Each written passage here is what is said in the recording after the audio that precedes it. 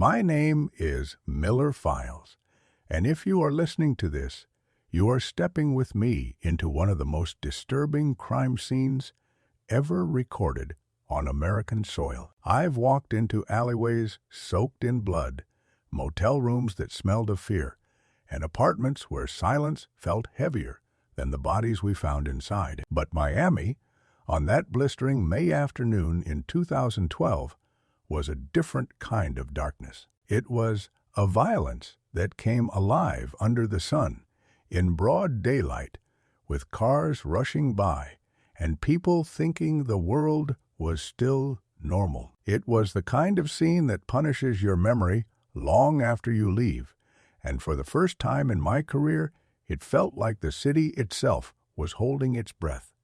The call came in just past 1:50 a.m. p.m. The dispatcher's voice trembled in a way that immediately told me something was wrong. You can always hear it when someone is describing something that doesn't belong in the real world. She said there was a man on the Miami Causeway attacking another person. She said the attack was ongoing. She said the assailant wasn't responding to shouting. Then she paused, as if her mind couldn't process the phrase she was about to use. She said the attacker was tearing at the victim's face. Those were her words. And in that moment, every officer listening knew this wasn't a routine assault. There is no protocol for a man tearing another man apart under the Miami sun. I reached the causeway fast. Miami heat climbs into your lungs around that time of day. The humidity sits on your shoulders, weighing you down like a punishment you didn't earn. The traffic noise echoes off the concrete walls of the overpass, turning the whole area into a metallic canyon. But when I stepped out of the car, everything felt muted, the kind of quiet that only comes when everyone nearby is too shocked to scream. I followed the direction of several horrified witnesses, each pointing with stiff arms, as if afraid their fingers might get contaminated by merely indicating the scene. As I approached, I could hear sounds I will never forget. They weren't the sounds of a fight or even a struggle. They were the sounds of frenzy, of an assault that had escalated past human reason. A rhythmic, desperate noise, somewhere between growling and panting. It was the soundtrack of a mind unhinged. I remember thinking that whatever I was about to see would not be something I could file away in a neat folder labeled assault. No, this would be something else entirely. The scene opened before me like a nightmare staged on asphalt. A man, later identified as Rudy Eugene, was hovering over another man, the victim whose body lay motionless. Eugene was positioned low, close enough that his movements had a disturbing intimacy, like he was locked into a ritual that only he understood. I won't describe the injuries in graphic detail, but I will say this. The victim's face no longer resembled anything human. It had been obliterated in a way that defied logic, violence carried out without hesitation, without interruption, as if Eugene were lost in a trance so deep that the world around him had dissolved. The first responding officer shouted at Eugene to stop. I wasn't close enough yet to join the confrontation, but I could see the officer's posture stiffen, his weapon drawn, his voice firm. Eugene didn't flinch. He didn't even acknowledge the presence of law enforcement. Instead, he lifted his head slowly, almost peacefully, turning toward the officer with a calmness that felt colder than rage. His face was smeared with the violence he had created, his movements oddly measured, as though he were surfacing from underwater and still unsure what air felt like. The officer shouted again, the command echoing off the causeway walls with a sharp authority meant to snap any sane person back to reality. But Eugene was no longer in the realm of sanity. He stood up, his posture relaxed, almost serene, and took a slow step forward. No words, no attempt to flee, just a deliberate, unsettling advance toward the armed officer. The victim lay behind him, barely breathing, trapped somewhere between life and shock. That moment stretched longer than it should have, time bending under the weight of the decision that had to be made. And then it came, a single shot. The sound cracked through the stillness like a judge's gavel. Slamming down, Eugene fell. Not instantly, not dramatically, but with a strange softness, as if gravity itself hesitated, unsure how to handle a body burdened with such madness. The chaos that followed was a different kind of horror. Officers rushed in. Paramedics followed. Witnesses stood frozen, some trembling, some crying, none able to explain what they had seen. I moved toward the victim. His breathing was shallow, each inhale a struggle. His eyes were open, unfocused, drifting somewhere far away from the scene. Shock can do that, lifting the mind out of the body to spare it. I'd seen shock before, but never paired with injuries like these. I spoke to him, though I wasn't sure he could hear me. I told him he was safe now. I told him we were there. Sometimes those words anchor a person to life, just long enough for help to arrive. I knelt beside him, trying to assess his condition without letting the brutality overwhelm my judgment. His face had endured violence on a scale I had never seen inflicted by bare hands. That detail alone haunted me. This wasn't a weapon attack. There was no knife, no blunt instrument. Yet the extent of the injury suggested a level of force, determination, and disconnection from reality that made the air itself feel heavier. I asked myself the question any investigator would: what pushes a human being past the limit where another human stops being a person and becomes something to destroy? As I observed the scene, the sensory details burned into memory. The sun glaring down mercilessly, indifferent to the nightmare it illuminated. The smell, a mix of sweat, heat, asphalt, and something metallic that hinted at life slipping away. The sound of distant traffic, continuing as if the world hadn't just cracked open. It was a perfect representation of how violence works. It doesn't wait for the darkness of night. It doesn't hide in shadows. Sometimes it shows its face in a place so bright, so public, that the mind rebels against the possibility that it might be real. I walked closer to Eugene's body. He lay still, collapsed in a position that suggested his final moments were free of fear. His expression, strangely peaceful, raised questions that would haunt the investigation long after the paperwork was filed. His clothes, or rather the lack of them, indicated he had been shedding layers long before the attack. That detail hinted at overheating, delirium, or something else entirely. Witnesses had reported seeing him walking along the causeway hours earlier, looking disoriented, but not violent. No one could have predicted he would transform into the symbol of one of Miami's darkest urban legends. The officers at the scene were shaken. Even the seasoned ones had faces marked by disbelief. They exchanged glances that said what none of them dared speak aloud. They had not trained for this. Policing prepares you for violence, but not this kind. Not the kind where the line between human and inhuman blurs. Not the kind that makes headlines around the world and ignites fear of a zombie outbreak. I knew those headlines were coming even before the press arrived.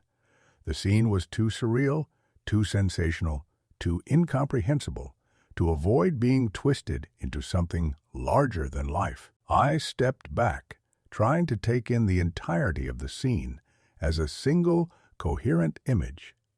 The victim miraculously alive, but trapped in a body that had absorbed unimaginable trauma. The assailant dead at the hands of the officer who had no other choice. The witnesses forever changed. The glaring sun exposing every detail like a spotlight on a stage no actor had agreed to step onto.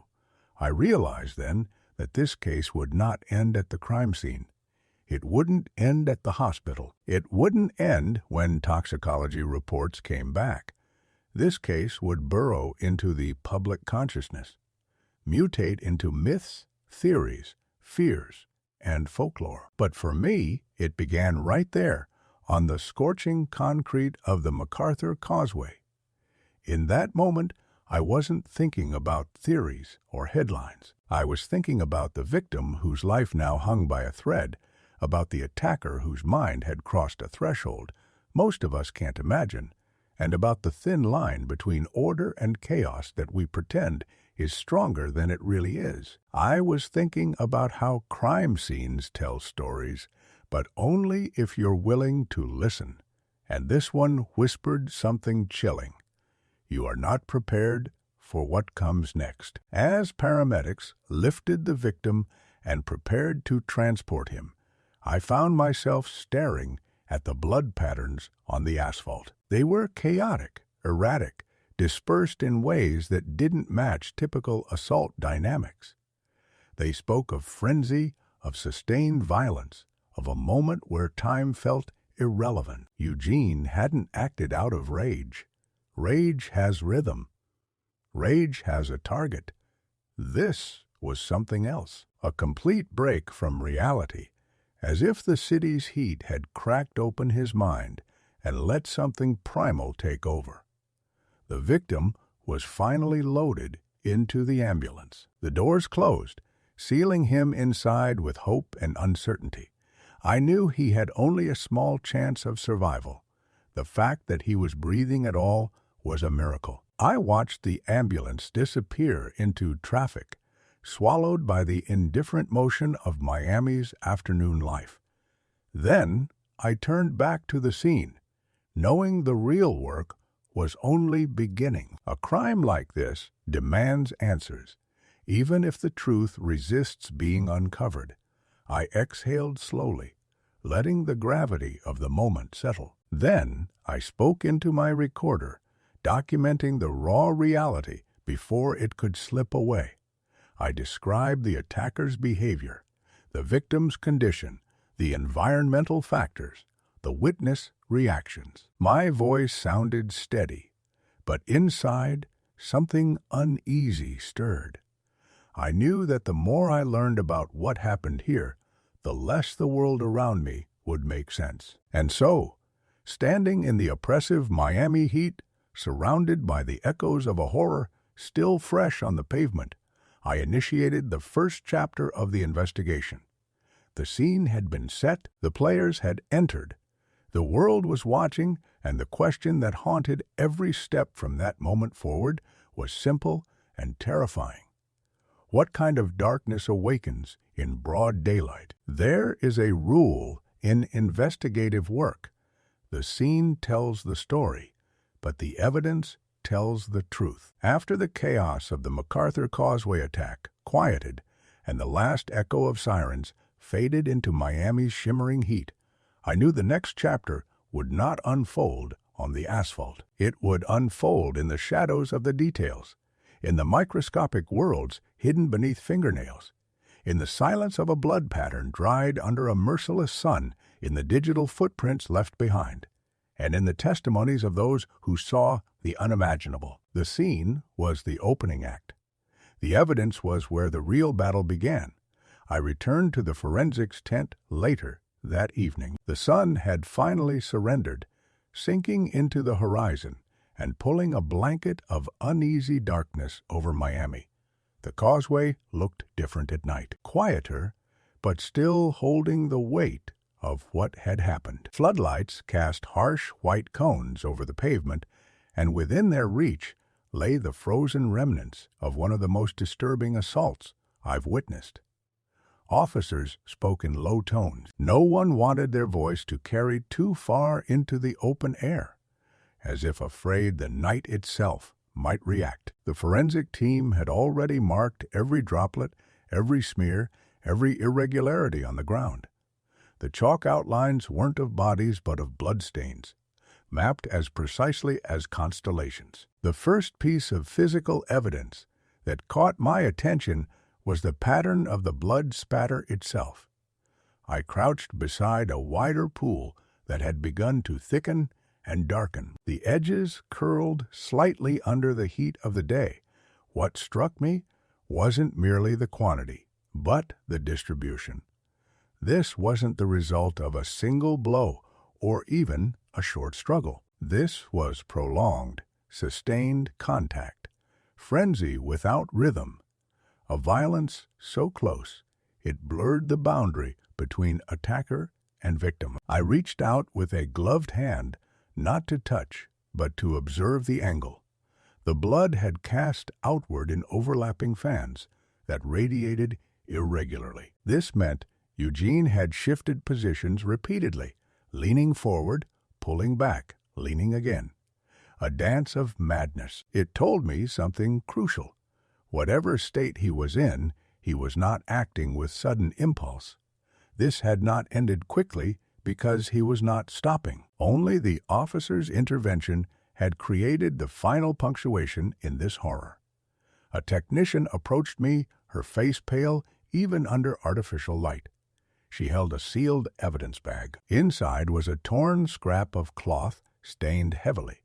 It belonged to the victim, but the fibers were stretched unnaturally, as though pulled with extreme force. Human jaws aren't meant to tear fabric like that. I filed the detail in the mental cabinet I keep for things that don't make sense yet.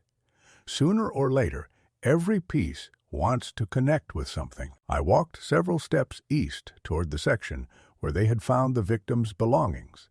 A pair of shoes placed neatly side by side, as if he had removed them in a moment of calm. A backpack with frayed straps, a few personal items, inconspicuous and humble. These artifacts give you a glimpse of the person before the violence. They remind you that this wasn't a symbol or a headline. This was a man who carried his world in a worn backpack and lived on the margins of a city that often forgets people like him exist. Evidence is not only forensic, sometimes it is human. The team then turned my attention to the attacker's possessions collected along the causeway several yards from the scene. Eugene had discarded much of his clothing along the way, leaving a breadcrumb trail of confusion behind him. Shoes, shirt, personal items, even a Bible. That detail made headlines later, but here, in the sterile glow of forensic lights, it held no mystery. It was simply an object stripped of interpretation, waiting for context. I examined the Bible closely. The cover was worn, softened by time and use. Pages bent at the corners. Not a prop, not something staged. To understand evidence, you must remove every dramatic layer and treat it with clinical clarity. A Bible in the possession of a man walking the scorching Miami Causeway is not a sign of prophecy or madness by itself. But paired with the events that followed, it became a symbol the media seized and twisted. Evidence, however, refuses theatrics.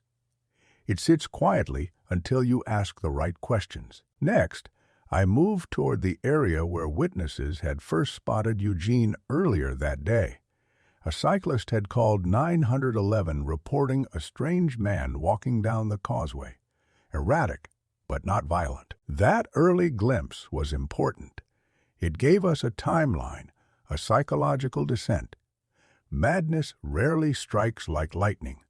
It unravels. The fact that Eugene walked for miles in blistering heat before the attack was a piece of the puzzle. He had been overheating, possibly dehydrated, possibly in a dissociative state. These elements matter. Evidence is never an island. The forensic analysis of Eugene's body was underway at the medical examiner's office. Toxicology tests had been ordered. Everyone expected the same answer. The city buzzed with rumors of bath salts, that infamous street drug blamed for turning ordinary men into frenzied attackers. But as I collected evidence, I felt a tug of skepticism. The physical scene lacked certain indicators typical of drug induced psychosis. And while I had seen hallucinations drive people to violence, this case felt different. A kind of stillness lingered over it, contradicting the usual chaos of stimulant-driven assaults. I reviewed the first set of photographs taken by officers. The images captured Eugene's posture, his expression in the seconds before he was shot. There was no contortion of rage, no wide-eyed mania. His stance almost looked serene, disconnected from the brutality he had committed. That detail unsettled me deeper than the violence itself.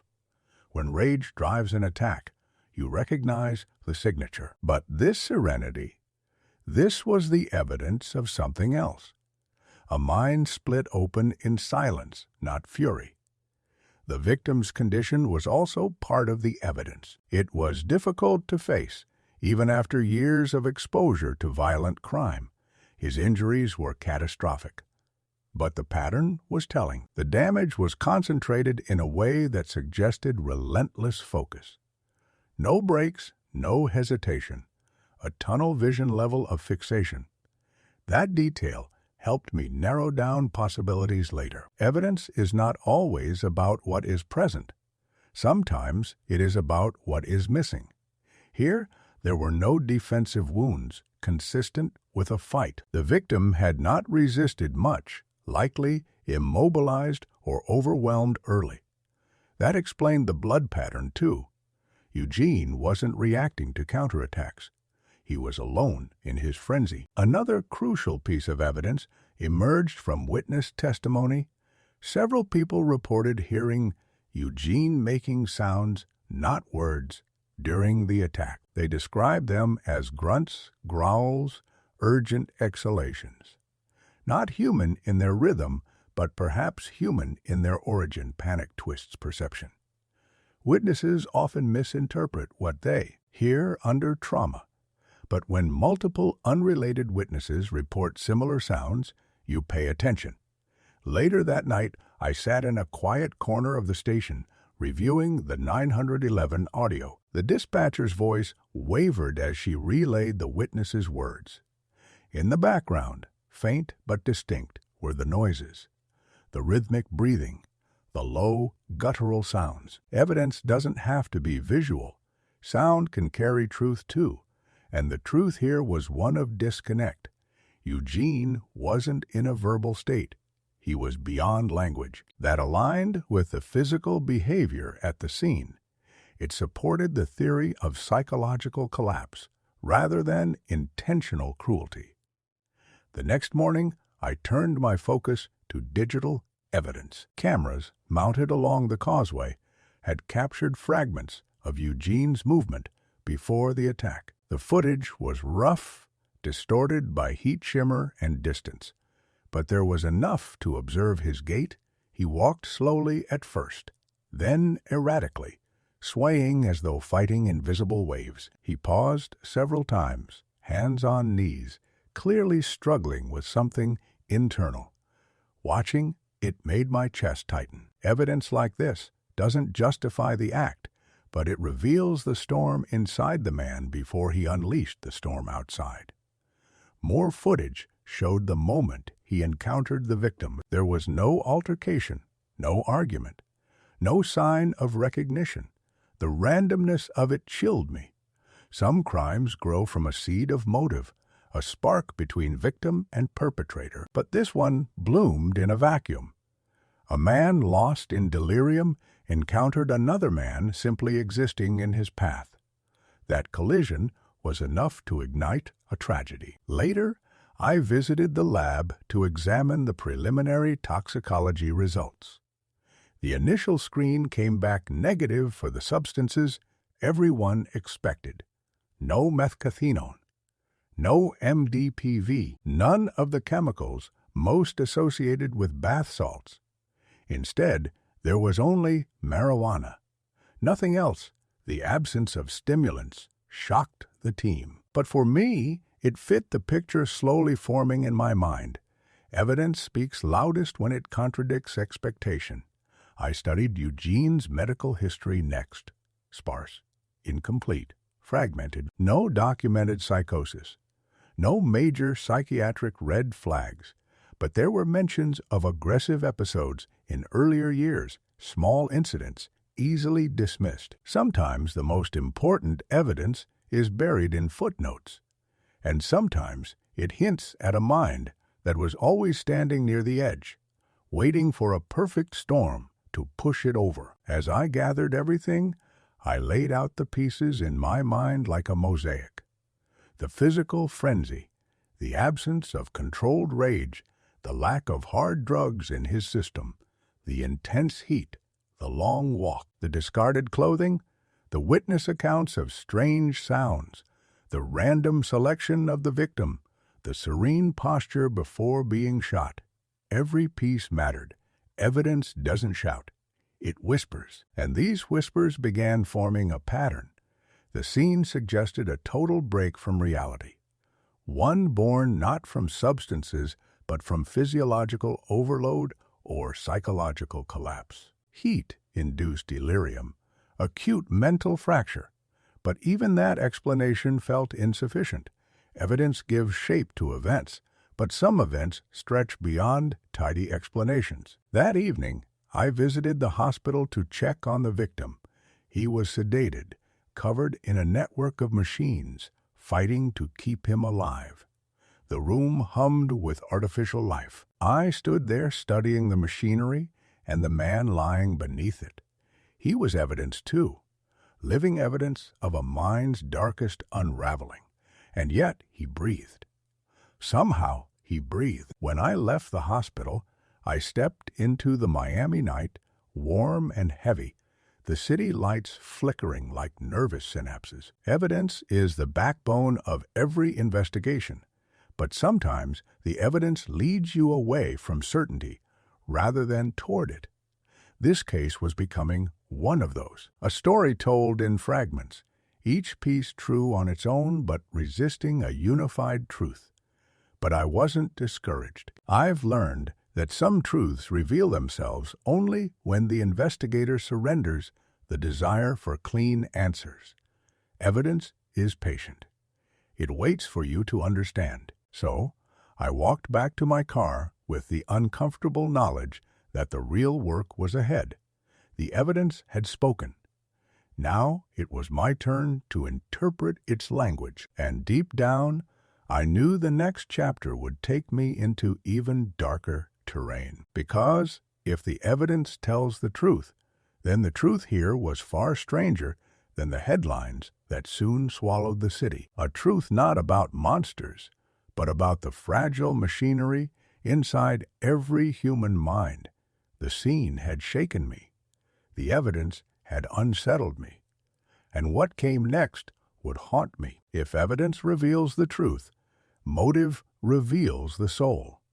Yet, in the Miami Causeway case, the soul of the attacker was a fogged mirror.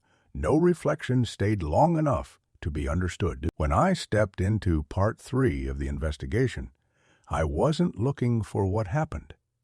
I already knew that. I was looking for why a man named Rudy Eugene walked under the scorching sun, shedding his clothes like pieces of his sanity before descending into one of the darkest acts this city has ever seen. To understand motive is to dissect not the body, but the collapse of a mind. People like to believe that violence comes from someplace neat, a bad decision, a bad drug, a bad argument. They want cause and effect because chaos is too terrifying to accept. But chaos has fingerprints too. You just have to search in places others are afraid to look. In the days following the attack, Miami felt tense, as though the city had developed a pulse you could feel through the pavement. News anchors spoke with wide, strained eyes. Headlines screamed about zombies, madness, chemical drugs from the underworld. Society clung to explanations that sounded theatrical but safe. He must have been high. It had to be bath salts. No one sane does something like that. Fear often builds its own logic. But when the toxicology report came back clean, the city lost its anchor. The monster theory had nothing to stand on. And that was when the motive investigation truly began. I started with the one person who could have helped me understand Eugene, the man himself. Of course, his voice was silent now, but people leave traces. Thoughts can echo through actions long after the thinker has vanished. So I began walking backward through his life. The first stop was his home, a small apartment, modest, quiet, smelling faintly of cologne and old fabric conditioner. Nothing inside suggested chaos. No writings on the walls, no broken furniture, no erratic drawings or dark symbols, just a life paused mid-sentence. On the kitchen counter lay mail he never opened, a printed church schedule, an old photograph tucked in a mirror frame. Evidence of intention, evidence of routine, not evidence of a man preparing to step into madness. I examined his bedroom. The bed was made, shoes lined beneath neatly, closet arranged by color. This wasn't the lair of someone spiraling. It was the home of a man who expected to return, a man who might have believed his life was still in order, even as something inside him had begun to fracture. Next came interviews. Friends described Eugene as charismatic, kind, occasionally impulsive, but rarely aggressive. His girlfriend said he was spiritual, often reading scripture, often speaking about wanting to be better. That detail stood out, not because it hinted at religion, but because it hinted at struggle. People chasing salvation are often people feeling something slipping away inside. I asked her about the days leading up to the attack. She said he had been restless, uneasy, as if he were trying to outrun a thought he didn't want to acknowledge. She had seen him pray more than usual, sweat more than usual, lose focus mid-conversation. She didn't think much of it. No one does, until it's too late. One friend mentioned something else.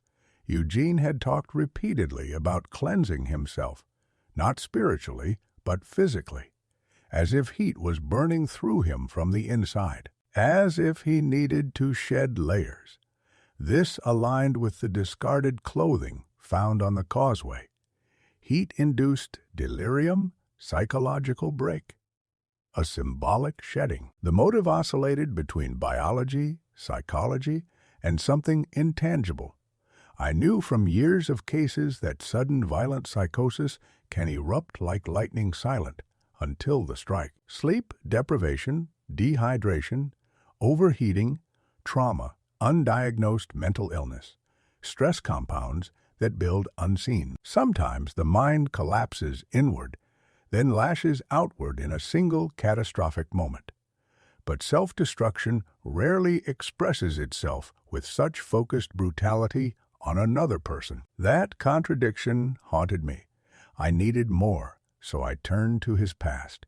Eugene had minor run-ins with the law in previous years. Nothing violent, nothing close to what happened. But there were hints, unresolved anger, impulsive decisions, moments where he made sudden turns in behavior. He wasn't unstable, but he wasn't unbreakable either. The difference between the two can sometimes be one unbearable moment.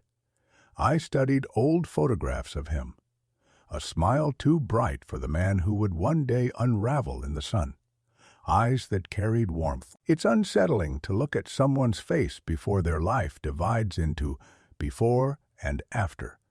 You wonder if darkness was always there, waiting in the corners of the iris. You wonder if it flickered only when no one else was looking. Then came a turning point, an interview with a coworker who noticed something others overlooked. She said Eugene once spoke about hearing a pressure in his head. Not a voice, not a hallucination, a pressure, like something swelling inside, something pushing, something he couldn't relieve. He described it as heat under the skull, a heaviness that made thoughts slippery, pressure, heat, dissociation. These weren't symptoms of drugs. They were symptoms of collapse. In investigations, Motive doesn't always reveal itself as a single cause. Sometimes motive is a rope made of many thin threads. Break one, the rope weakens. Break several, it snaps. Now I turn to the victim. His role in motive was equally important. He had done nothing to provoke the attack. He was a man living on the margins, a survivor of life's harder currents, sitting or resting on the causeway. To Eugene, he was a stranger. That fact mattered deeply. When violence has no target, it means the attacker was not seeing a person. He was seeing something else, or seeing nothing at all. Random violence is the purest form of cognitive collapse. There is no grudge, no history, no desire. Only rupture. As I pieced these fragments together, I visited the causeway again. This time without the chaos, without the lights, without the crowd. Just the wind, the hum of distant traffic, the faint rumble of engines rolling toward Miami Beach. I stood where Eugene walked. I let the heat push against my face, and for a moment, in the stillness, I understood something unsettling. The causeway was the perfect crucible for a breaking mind. Miles of unshaded concrete, radiant heat pouring upward in waves. No water, no rest, no relief. A man already wrestling with inner turmoil could be undone by an environment like this. But environment alone doesn't create violence. Something deeper was happening. I read the medical examiner's psychological notes. No indication of long-term schizophrenia, no history of delusions, no documented paranoia. But there was one phrase that stood out: possible acute psychotic episode triggered by physiological stressors. Acute psychosis, a storm that appears and disappears like lightning. Acute psychosis can produce tunnel vision, distorted perception of faces, confusion between self and external world. It can cause irrational fixation, compulsive actions, dissociation so severe the person cannot distinguish their own limbs from the air around them. In extreme cases, the brain interprets another human not as a person, but as a threat, an obstacle, or even an object. But even this seemed insufficient to explain the cruelty of the attack. So I dug deeper. I asked myself what every investigator must eventually ask: if a mind collapses fully enough, does motive even exist? Or does motive become the absence of motive? A terrifying possibility. One night, long after I should have gone home, I sat in my office replaying the footage of Eugene's final moments. The way he looked at the officer, the calmness, the surrender, it didn't match the frenzy of the attack. It felt like he had entered one altered state, then stepped into another, as though the violence was not rage, but trance. And when the trance broke, he stood up, not knowing where he was. This theory aligned with all the evidence: his long walk, his disorientation, his overheating, his stripping of clothes, his vacant gaze, his sudden shift into violence, his serene posture after the attack. This wasn't the motive of a man. This was the malfunction of a mind. Some say madness is a storm, but in my experience, madness is a door that remains locked until something heat, fatigue, stress, chemicals, fear forces it open. And once open, the person who steps through isn't the same. I looked again at the victim's file. A man who had suffered so much in life, now forced to carry the burden of a stranger's collapse. He had become the canvas on which Eugene's breaking mind painted its final horrific picture, and still he lived. That alone felt like a message, not of hope, not of resilience, but of truth, because the truth is that motive is not always human. Sometimes the motive is the failure of the mind's last defense. Sometimes the motive is simply that something inside snaps. That was the conclusion I dreaded, the one that left more questions than answers. A motive without intention. A motive without reasoning. A motive born from a perfect storm of biology, psychology, and the unforgiving Miami sun. When I walked away from the evidence board that night, the photos stared at me, Eugene smiling in one frame, disoriented in the next, and finally lifeless. A man unmade by something unseen, and the victim broken but breathing, a testament to the terrible fragility of human existence. The autopsy of motive was complete, and what it revealed was unsettling. Not a monster, not a drug, not evil, but collapse. A collapse capable of turning any human into a danger if the wrong storm gathers inside the skull. And that was the darkest truth of all. Truth is never found in a single place.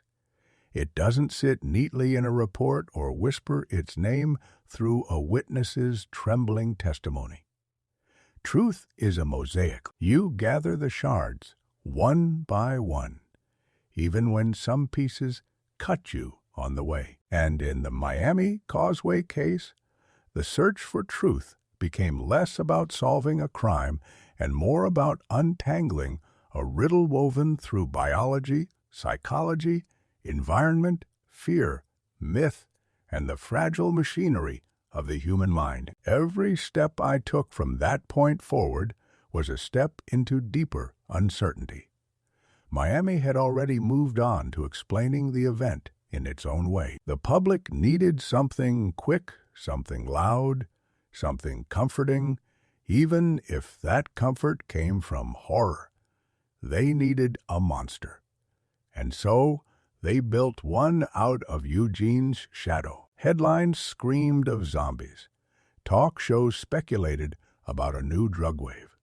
Every rumor became a brick in a wall meant to keep fear on the outside. But inside, I knew the truth was slipping further away with every exaggeration.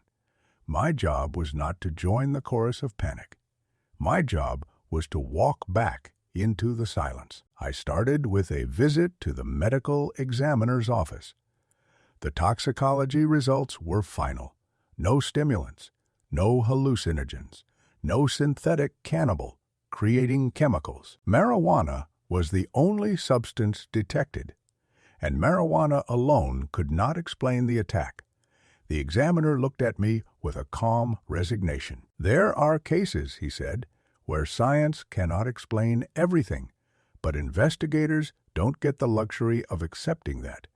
We search until there is nothing left to search. I moved next into the realm of environmental science. It may sound strange, but heat can be a killer no less deadly than a weapon. Miami in late May can push the human body to its limits, especially during prolonged exposure. Heat stroke is not simply overheating. It is the collapsing of a body's ability to regulate itself. It triggers delirium, disorientation, agitation, irrational behavior. In extreme cases, psychotic symptoms. When temperature rises inside the skull, the brain begins to misfire like an engine with boiling oil. Neurons stop communicating correctly. Thought becomes fragmented. Perception warps, and reality becomes something unstable. I consulted a heat physiology expert at the university. He explained something that stayed with me. The human brain is only a few degrees away from disaster. Raise internal temperature high enough, and judgment melts. Memory fractures. The sense of self loosens like a rope slipping from its knot. Eugene had walked miles under an unforgiving sun. He had removed his clothes, a known sign of heat delirium. His movements on camera showed destabilization, swaying, collapsing, and rising again. Heat alone could not be blamed for what happened, but it could have opened the door, and once that door opened, what came through? To answer that question, I turned to psychology. Acute psychosis is unpredictable. It can strike without warning, triggered by a combination of physical stress, emotional strain, and neurological vulnerability. I spoke with a psychiatrist who had worked on similar cases. She told me that in some psychotic breaks, faces can appear distorted. Sounds can seem threatening. A harmless object becomes an attack. The boundary between self and world dissolves. A person can lose the ability to recognize others as human. She said something that chilled me. In psychosis, the mind does not choose violence. It is overwhelmed by misinterpretation. Her words echoed inside me. Misinterpretation. A man sitting quietly on a causeway may have been seen not as a man, but as a threat, or not seen at all. Psychosis can erase meaning, and when meaning disappears, instinct, the most primal, most irrational, can take over. But psychology was only one thread. There were still others to pull. I began reconstructing Eugene's timeline with meticulous precision. Every step, every minute, every witness account mapped onto a grid. His last phone call, his departure from home, his stop near the highway, his walk along the causeway, the gradual unraveling of his behavior. Somewhere in this timeline, the truth would emerge. I tracked down a fuel station clerk who saw Eugene earlier that day. He described him as sweaty, agitated, muttering to himself, not aggressive, not violent, just lost. The clerk said Eugene kept wiping his face, as though trying to brush something off his skin.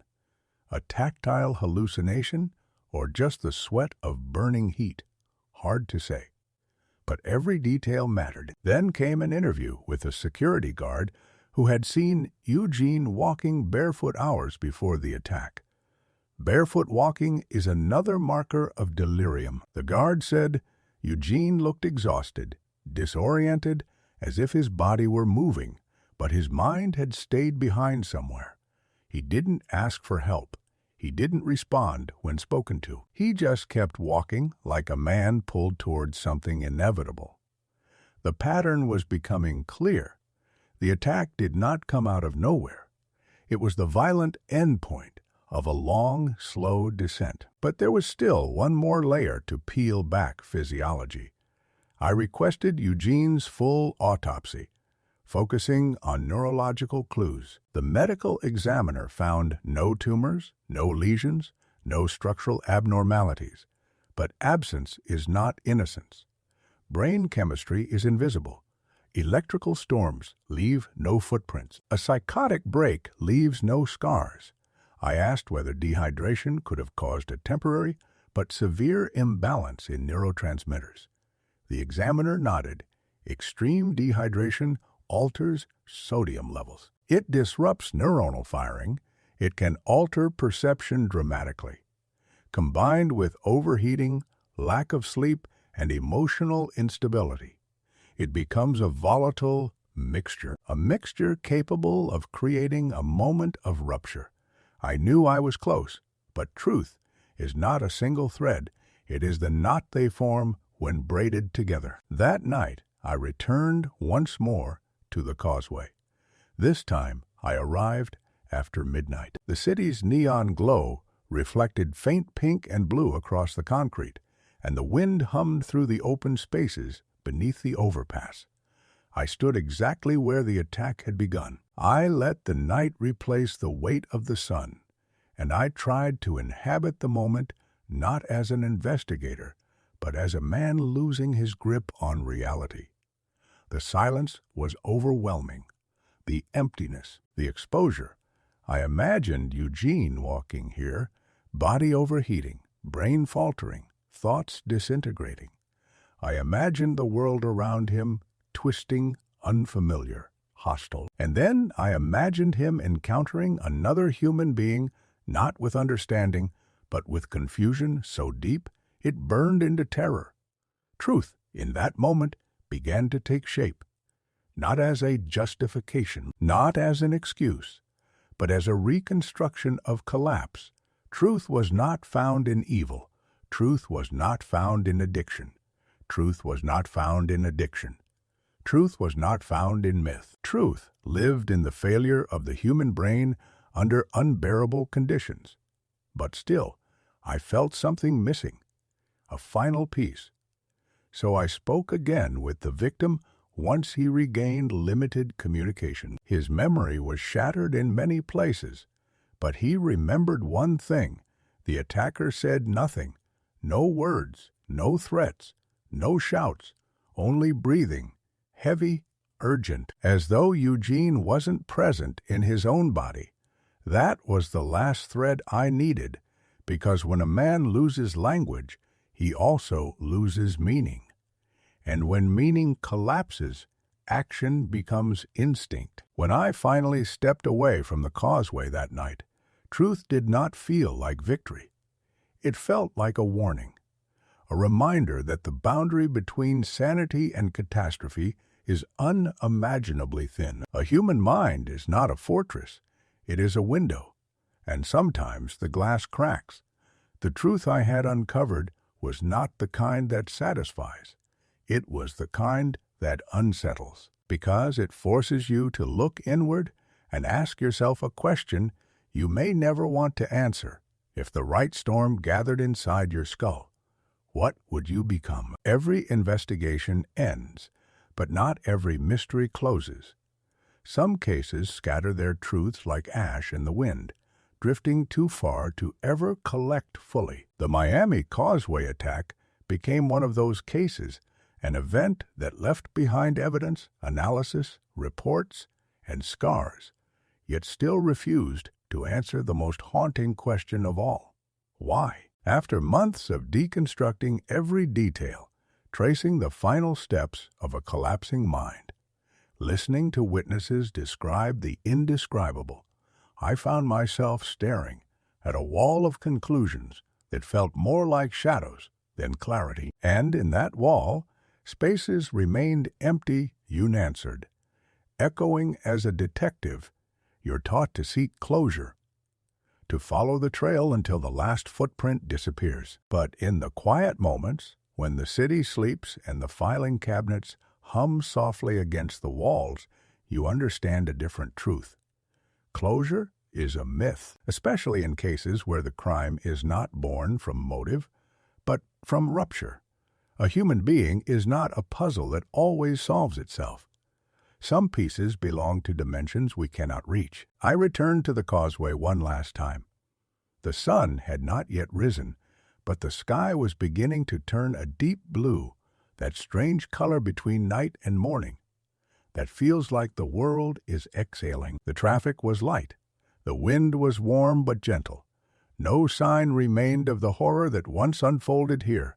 Miami had washed the pavement clean, but concrete remembers, even if people try to forget. I stood there, letting the hum of distant engines fill the silence, knowing this was the place where something had broken not just in Eugene, but in the city, in the narrative people used to comfort themselves. And somewhere in that fracture lay the questions that still refused to sleep. One question lingered louder than the rest. Could it happen again? If Eugene's mind unraveled in the heat and chaos of a Miami afternoon, what prevented another person from reaching that same breaking point? We like to believe that monstrous acts belong to monsters. It makes the world easier to navigate, but the evidence told a different story. There was no monster here, only a man pushed beyond the boundaries his brain could withstand. And if a man could collapse into violence so catastrophic without drugs, without long-term psychosis, without motive, then the line separating sanity from catastrophe was far thinner than society dared admit. The thought troubled me more deeply than any crime scene ever had. Not because it was gruesome, but because it made every person I passed on the street a potential question mark. We are all walking with brains, wired by chemicals, shaped by stress, strained by heat, pushed by life. And none of us truly knows what storm may be gathering beneath the surface of another's calm expression. Another question haunted me. What did the victim see in those final moments before consciousness slipped away? He survived, but with memory fragmented like shattered mirrors. He remembered no words, no event triggered by argument or intent, only the breathing, heavy, animalistic, desperate. I asked him once, when he could speak again, what he felt in that moment. He closed his eyes for a long time, then answered with a tremor in his voice, he wasn't looking at me. That sentence stayed with me. It burrowed deep, because it meant the attack was not personal. It wasn't directed at the man. It was directed at the world that Eugene no longer recognized.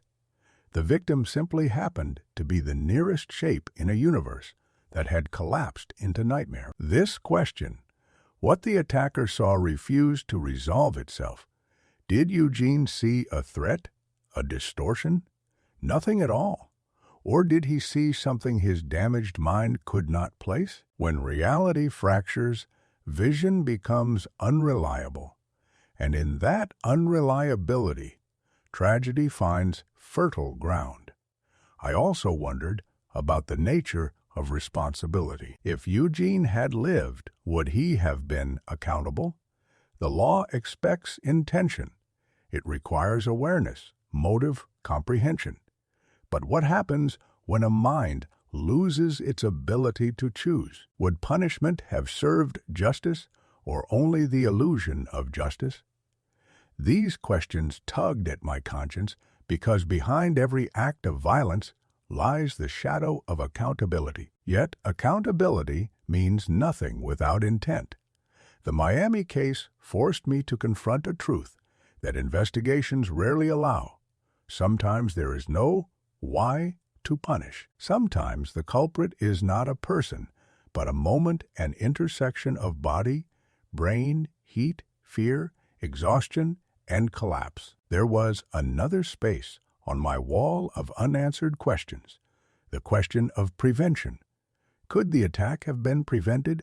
Should someone have recognized the signs? The heat, the erratic behavior, the discarded clothing.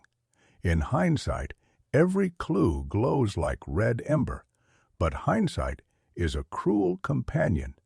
The world doesn't see danger until danger erupts. We walk past dozens of people every day who mutter to themselves, who sweat under the sun, who remove jackets and shoes, who look lost in their own thoughts. Which one of them carries a storm? Which one will break? We do not have the tools to know, and maybe that is the most terrifying truth of all. Another unanswered question concerned the final seconds before Eugene was shot. What passed through his mind as he turned toward the officer? The footage showed serenity, a stillness incompatible with the savagery moments before, as if one version of him died at the crime scene and another briefly resurfaced. I wondered if, in that fleeting moment, he understood what he had done, or if the man he used to be was already gone long before he hit the pavement. Questions like these do not have official answers, but they matter because they shape our understanding of tragedy. They define whether we call an event evil, senseless, or avoidable. But perhaps the most lingering question was the one directed at myself. Why did this case affect me more than any other?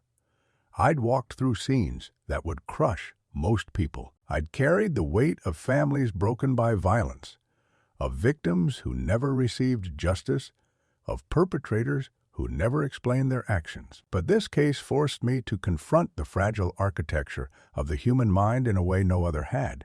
It forced me to ask whether all of us are standing on a narrow bridge between reason and madness, whether one wrong step, one hot day, one sleepless night could push any of us into a place where we no longer recognize the world or ourselves. As investigators, we search for truth to bring order to chaos, but sometimes truth delivers only a mirror, and in that mirror we see that violence does not always emerge from intention or malice. Sometimes it emerges from collapse, from failure, from the terrible vulnerability of being human.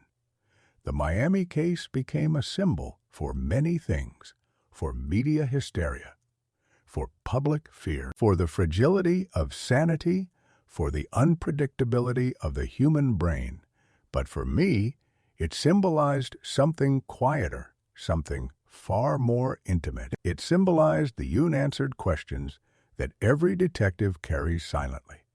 Questions we pretend have answers because the world fears the alternative. Before I left the causeway for the final time, I looked out over the water.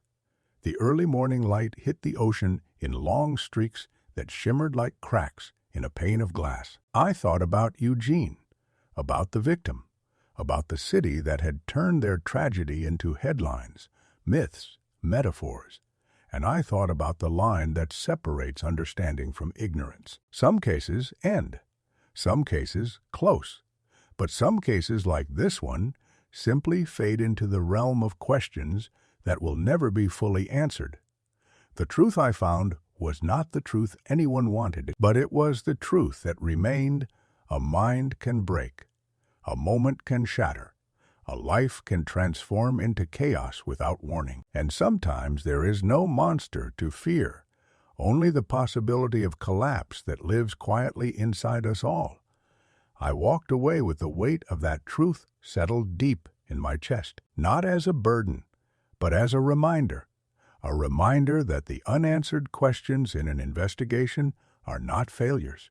They are boundaries. They are the places where human understanding reaches its limit and looks out over the vast unknown. And in that unknown, the case will live forever.